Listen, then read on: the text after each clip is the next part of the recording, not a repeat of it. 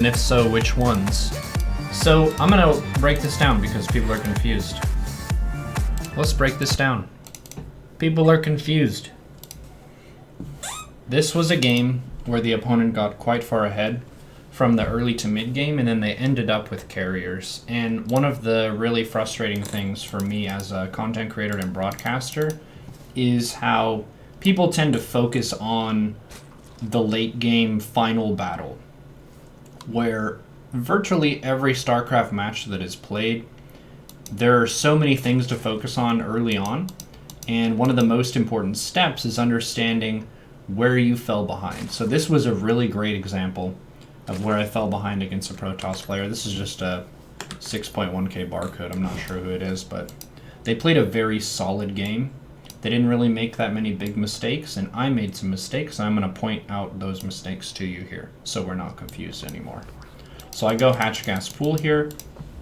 The early game is not particularly eventful. Someone who is strong at the late game and kind of progressing from the early to mid to late game isn't obligated to deal really crippling damage early on. So this is a Protoss player who's not really cheesing me. They're playing in a very normal, straightforward way. They're going for a base. They're making their first adept to scout. They're taking warp gate research. They're going for a twilight, for some glaives. Glaive adepts are a really solid way to progress into the mid game by giving you a unit that can deal with large numbers of lings and veins. I play Protoss sometimes. It's not at this level, but I know that it's really hard to deal with huge swarms of Ling Bane that come crashing into your base. So this build isn't particularly designed to be offensive. It's kind of a middle path where they have 3 gateways to make adepts. They're going for double Stargate to take some command of the air and spend some gas and whatnot. And I have, a little bit less economy than the opponent. They're going for an attack here, and I'm going for a Ling drop as the opponent moves out.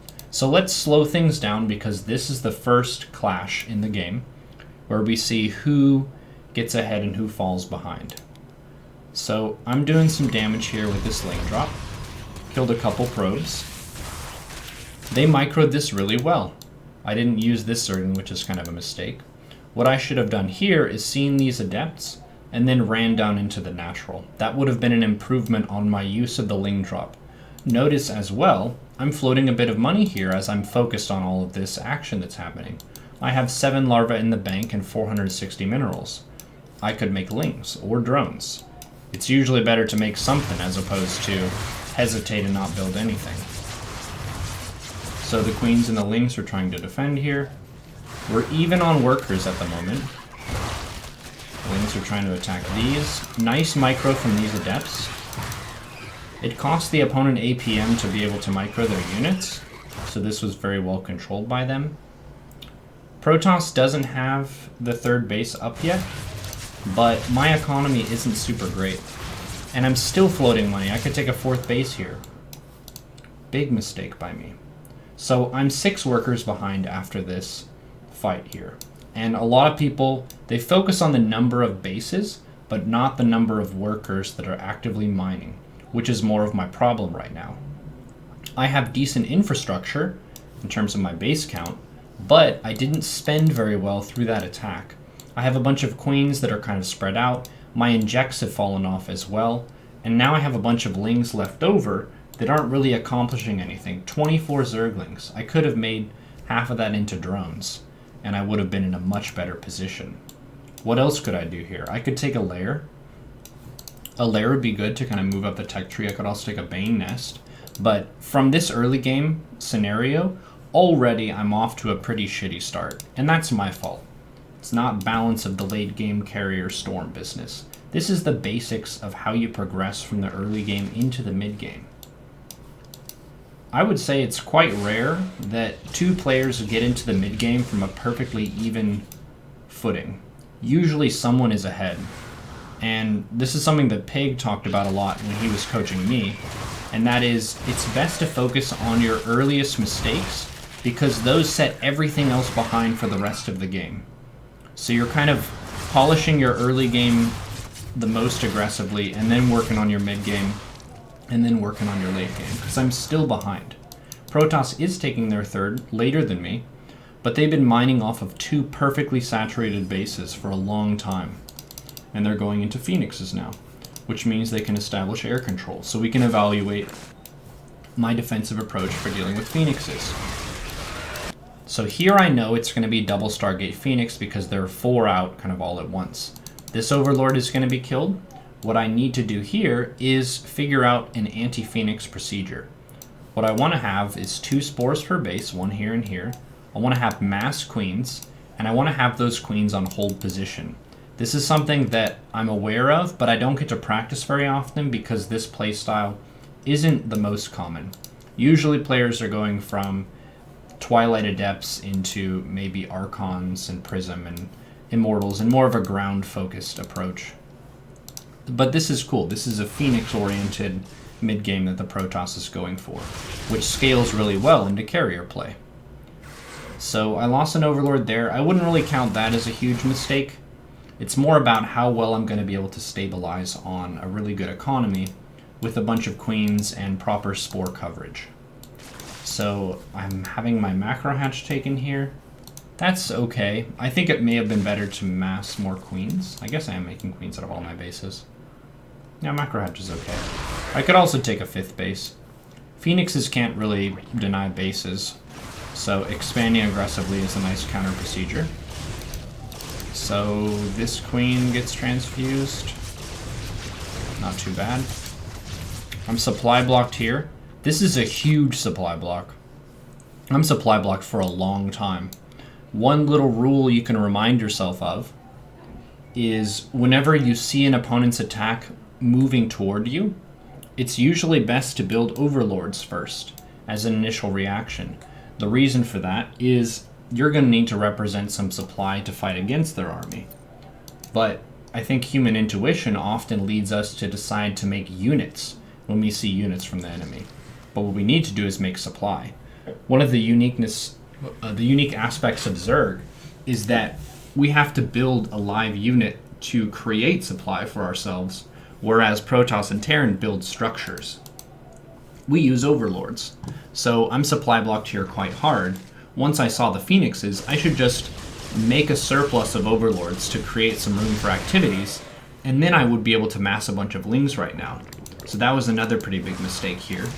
That gives the Protoss a lot of control to pressure me at my 3rd base, where if I had a bunch of open room right now, I could be spending all of these minerals into more Zerglings and pressuring this 3rd base. But I can't physically pressure this base because I'm supply blocked, because I made the wrong thing. I was making drones and Lings instead of making Overlords. So I'm going for a Hydra Den here. I was thinking that they're probably going to go into air with the double Stargate play, which is the correct call. But even if I have an idea of a decent composition to use against the opponent, I'm pretty far behind where I should be in terms of drones and gas and tech. I'm going for another Evo chamber. I keep losing queens too. These queens will be really, really helpful for like a 2-2 timing at the Protoss player's 4th base. But I've lost at least, what, 3 to 4 queens? 5 queens? 6 queens? So by this point it should be quite clear that I've made an abundance of errors. This isn't just, oh my goodness, Carrier Storm is OP. I got fucking outplayed. The Adepts did some work against me. I was a little bit supply blocked there. My Ling drop could have been microed better. I bled a bunch of queens against the Phoenix harass. I was supply blocked for a really long time. I mean, the DTs are coming in here. That's just a nice synergy from the Phoenixes. But part of the reason this is so hard to deal with is because my early game and my mid game were not very polished, which meant the opponent is very far ahead, and all of their pressure moves are more and more successful. So they're reaching their 200 supply max out goal with basically everything that they want, and their bases are really clean. Like, I'm not harassing them because I'm struggling to defend against this stuff, because I did so poorly defending the early game stuff. My injects fell off and my fundamentals have been a complete mess. So I challenge you, whenever you're going over your games, I know the initial emotional reaction at the end of a game is, oh my goodness, their final army was so strong there's nothing Zerg can do. That's entirely missing the point. Usually if you're getting run over by a huge army, your early game was a mess, and your mid game could have been a lot better as well. And if you polish both your early game and your mid game, then your late game is going to be way stronger in general. I feel like it's almost pointless to see the rest of this match, just because of how glaring these mistakes were. There's no mystery here. I'm trying to go for some harassment and stuff, but it's very half-assed because I've been so wounded from all this pressure early on.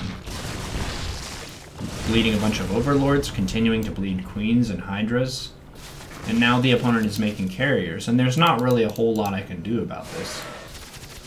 They have more answers to a lot of what I would like to go for because they're just ahead across the board.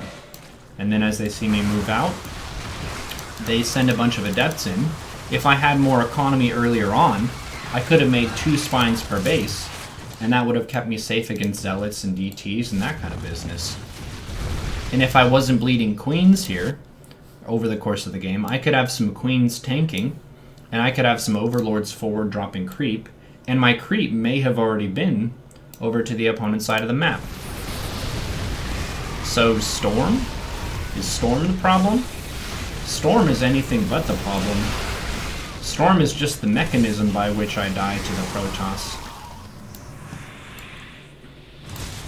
I felt like this was a really great example of a game where balance had absolutely nothing to do with the outcome. This was purely based on the opponent taking command of the game, really having a good tempo of approach to pressuring me with this and that, spending their money appropriately, keeping me on the back foot so their bases were really clean, and just really playing an awesome game of StarCraft. It can be hard for people to admit that. To admit that, yeah, I just got outplayed. They had a more crisp and clean early game than I did. Their mid game was solid, and I fell further behind. So in the late game, it makes a lot of sense that I would get run over.